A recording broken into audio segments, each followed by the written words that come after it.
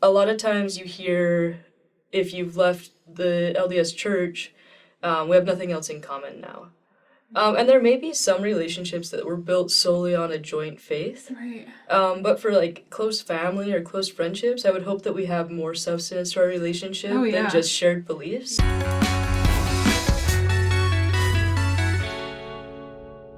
Hey everyone, welcome back to Saints Unscripted. You're here with Sabrina. And Alex. And our new friend Brooklyn. Thank you for being here. Brooklyn she has kind of a unique story though. We don't generally have this opportunity on this channel, but we're really excited for it. So she is a mother and a career woman, and there's a ball in my throat. Are you nervous? Am I nervous? It's you who's in the hot seat, my friend. Oh, yes. Okay, she is a mother and a career woman, and she also was a member of the Church of Jesus Christ of Latter-day Saints and no longer is. And she's experienced, let's say, like some level of scrutiny, some not awesome things from people who are within the church, whether it was family or friends or random people. And we're going to learn from her today, kind of hear her experience and also what we can do better as members, as people who are not, when it comes to this sort of topic. So we're just really grateful that you're here, and we're excited to hear more about it. Yeah, of course. Thank you. So were you born a member, or did you convert and then, because I know you also left as well, so how did... Yeah, maybe give us a little breakdown. I was born a member. The family's main claim to fame is we descend from Arza Hinckley, who was part of the Martin Willie Rescue. Okay. Oh, cool. And grew up in American Fork, Utah. Very active within the church. I was the Beehive class president, and then all the class presidents on up. Just active participant. I've always tried to have callings in the church. I've always tried to keep with reading scriptures, keep praying, doing all the things that I was, expected to do. Regularly attend the temple. I've even worked as a temple worker for a while. And so anyway, very strongly raised religious. And most of my family is still actively religious. Okay. And would you say, and maybe this question is better later, I'm not sure, but would you say that in all of these memories or whatever how you were raised and how active and involved you were, do you look back on those you were happy in those times too, or just super involved? Yeah, I think at first I was very happy, especially as a child. I grew up and I had a lot of positive experiences. Yeah. I loved girls' camp. I kind of loved girls' camp. I loved girls' camp. Certain years more than others. I would get in trouble because when we'd go canoeing, I'd try to tip everyone else's canoes over, and that's not allowed. I got a face full of seaweed. Awesome. Seaweed? Yeah. Someone threw a face full of seaweed at me once. Fun. And on the first day. And good. Then I was stinky. It's nice. Anyways. But yeah, so childhood-wise, I feel like there were a lot of really happy memories within religion. Mm-hmm. There were things that, looking back now, I don't necessarily agree with. Right. But there were a lot of things that while I was active and involved in the church, they were happy things. Okay. For part of my childhood, we grew up near Nauvoo. And so we regularly would visit the Nauvoo area. And so when I got sealed to my husband, we made the trek and made our families make the trek all the way back to Nauvoo so that we could get sealed in the Nauvoo temple. Cool. So yeah, there were a lot of just happy memories that exist within the church. All right. So as a teenager, I set out and I started forging my way into adulthood and career. I went to BYU and I met my first husband at BYU, and we were sealed in the Manti Temple. And my first husband was very abusive to me. And he often used things that our sealers told us, like the advice he gave of, that as my husband's wife, I was to look to him for guidance and that I was to follow what he said. And so he used that to manipulate me to stay with him. Oh, kind of like a weapon. Yeah. You promised this, don't forget it, kind of. Right. And so he was expected to have final say in everything. Oh my gosh. And so I finally was able to leave him. And when I was away for work for quite a while, and I was able to leave him during that time. But coming back, when I tried to get my sealing canceled, the bishop was more or less unbelieving. And I had police reports, I had convictions, I had evidence behind my statements, but I was mostly not believed. And I had to keep repeating my story to this bishop over and over. And then kind of one of the final blows of that was that my ex-husband had to give permission for the sealing to be canceled. And at that point, he wasn't active, he wasn't a participant. He never gave his permission because he just never responded to the bishop's request. And so it just kind of happened automatically after a certain period of time. Oh, no. But it just felt like a pretty big slap in the face to have to get permission from someone who'd abused me. Yeah, no kidding. To cancel that sealing. And then I started working as a police officer after that. And I started working in public service, so as a police officer and a paramedic, which kind of means I have a crazy schedule, I have weird shifts, I work all hours of the day and night. And so I would attend all the activities I could, but I never really felt like a bishop took time to get to know me. And I always felt like I was treated like a semi-active member of the ward. And so when I would go to church, I would get the standard, wow, we haven't seen you in a while. You know, where have you been? And I would attend in uniform often. I would attend as much as I could. Like, they knew the job I had. Yeah. And I would explain that again, and then I would just kind of get well, we'd really like it if you try to come to church more often. And I was. Like, I was attending church every time I wasn't on duty. Yeah.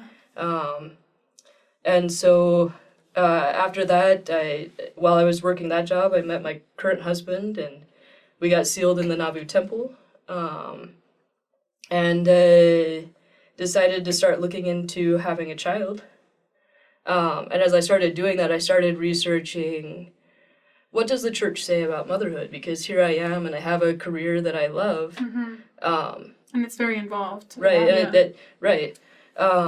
What do church leaders say about this? And so I went and I collected every quote I could find about motherhood, and I compiled them all in one place, and I kind of sorted them.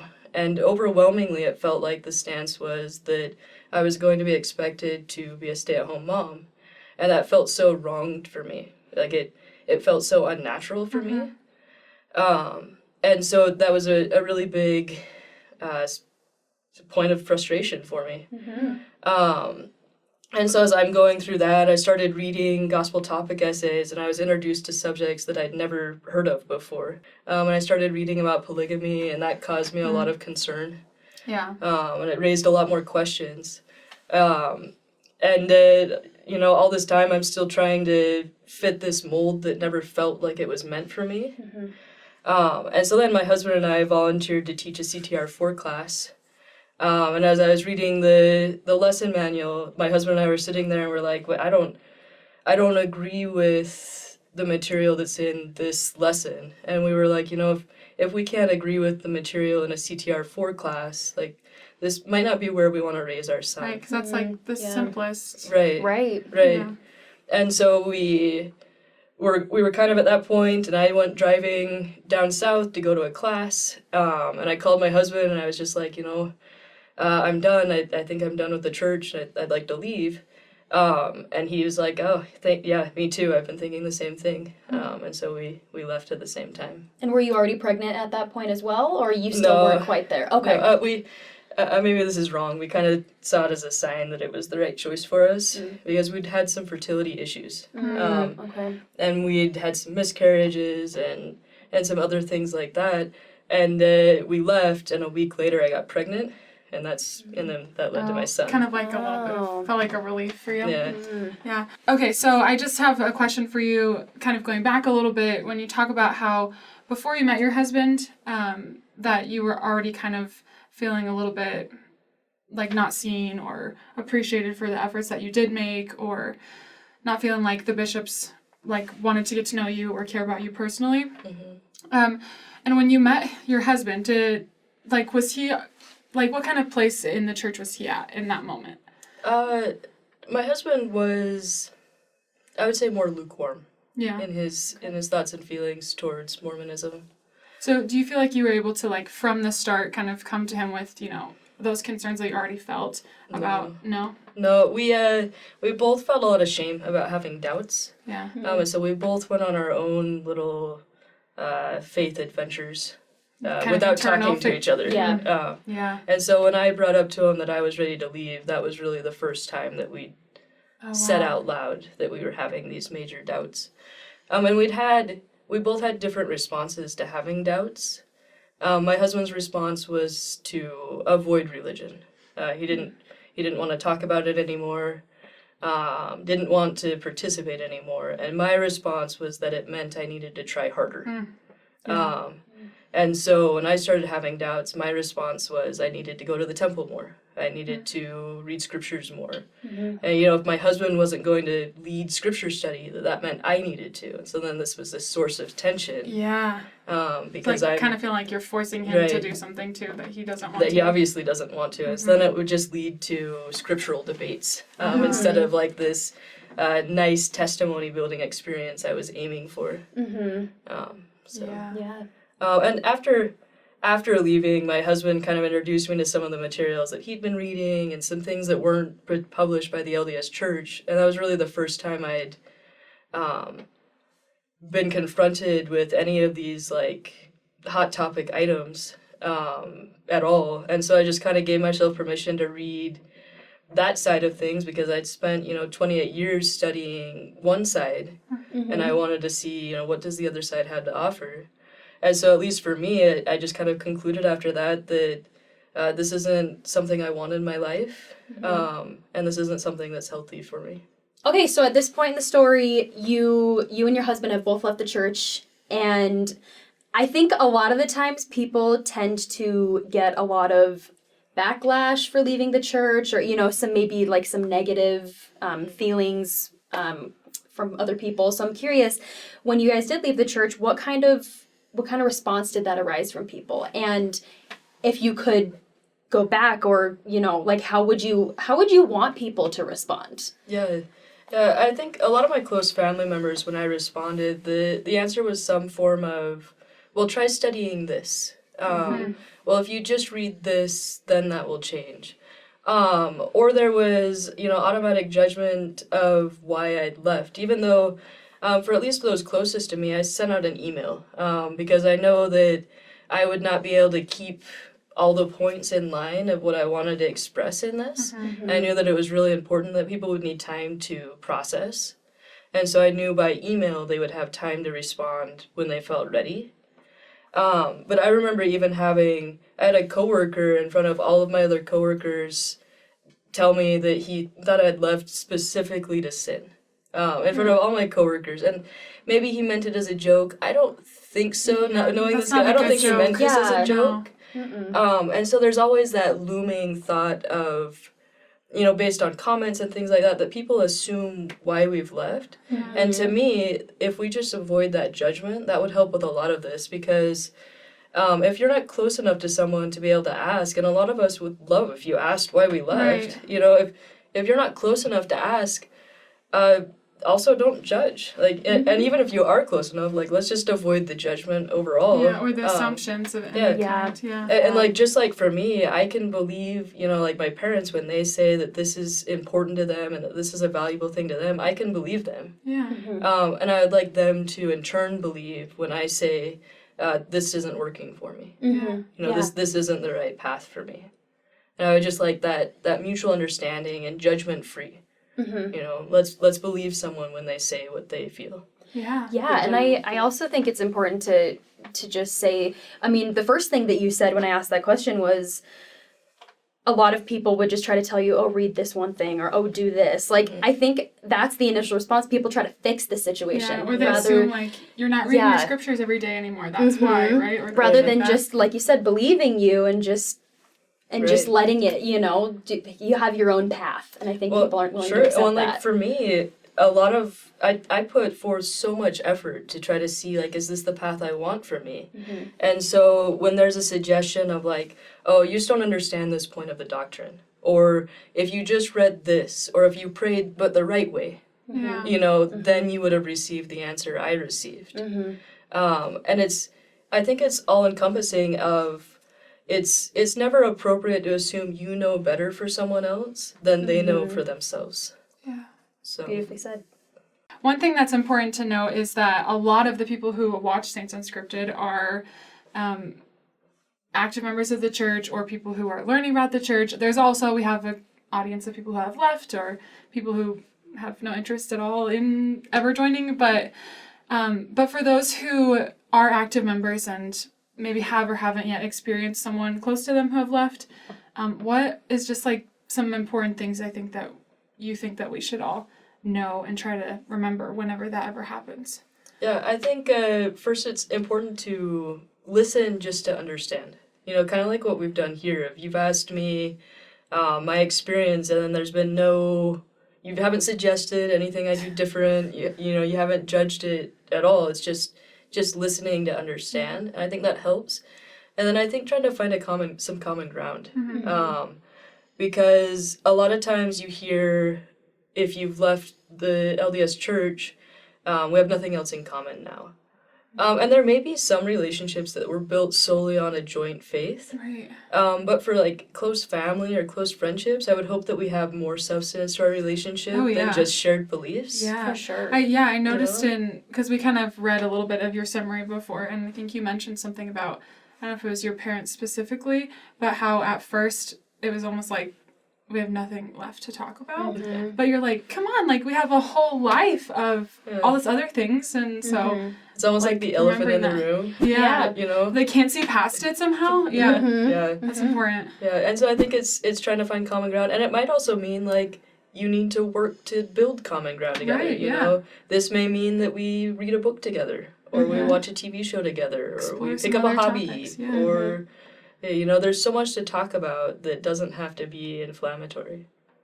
That's So, true. That's so important. Yeah, and I think the probably the final thing that I think a lot of former members would love is to bring up consent in these conversations. And I bet a lot of believing members would also feel this way. If we're going to talk about religion, let's see if everyone in the room is in a space where they could talk about that right then. You know, let's not drop a general conference talk on someone's lap, and let's in return not send an article we just read about Joseph Smith to our believing family members. Like, let's ask, like, are you comfortable talking about this? Yeah. And then respect that boundary. If they say, no, I'm not comfortable talking about this, don't. You know?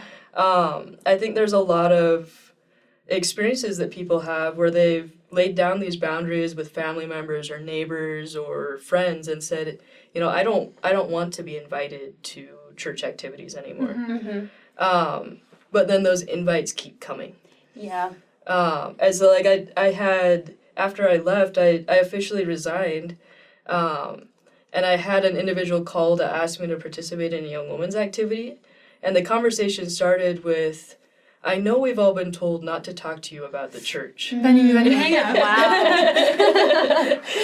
Oh, man. And it's like, I mean, on one hand, like, thank you for sharing what my boundary was with those in my neighborhood. But on the other hand, like, you have to actually respect it. Right. Yeah. That is a point that maybe that should be obvious, but I feel like I can think of so many times where people, even in like my circle of life, have like dropped either side on each other. Sure. Without any sort of like, are you comfortable with learning why I feel this way or anything like that? Because when does that ever work either way? When does it ever work to just throw a general conference talk or just keep bothering somebody? I don't know if that ever works, and if it does, is it like actually genuine? So that's a super big one. Right. Yep. Yeah, well, and I think for me, like, I would value more that my family respects those boundaries and that they just let me know they care. Yeah. You know, they care, they like to hear, but maybe right now they're not ready to hear Yeah. my reasons. Right. That's fair. Than like ignoring or boundary crossing or Yeah. you know, a lot of us, at least for me, I would just like to know that my friends and family don't see me differently. Yeah. You know, I- they don't have to still love me. You know, they can just love me. right. Just you know? because they always have. Yeah. I also love something that you mentioned in your summary was that sometimes it feels like people assume that when you leave a religion or leave a faith that your values are all just like your internal values are just gonna completely change too. Like Sure. like that person who said that you want to leave just to sin. Right. And you're like, okay, like this wasn't a fun choice. Yeah. No. And so I think that that's another thing that we should always remember is that like, you know, internally you're still who you were by Right. just, you know, a different form in some ways, but also in a lot not. So Well, and likely we still share a lot of same values and, Yeah. and morals and, you know, all those things have changed, just how we practice those may be different. Yeah. Yeah. Just because you left, it doesn't mean you are a horrible person now. Like, Right? yeah. What? I know. What? Surprise! yeah. I love that. I feel like if we lived, I mean, I've said this before in other videos in other ways, but if we all were like had the same exact thoughts on everything, whether it's faith or not, like we'd be like in a dystopian world and it would be stupid.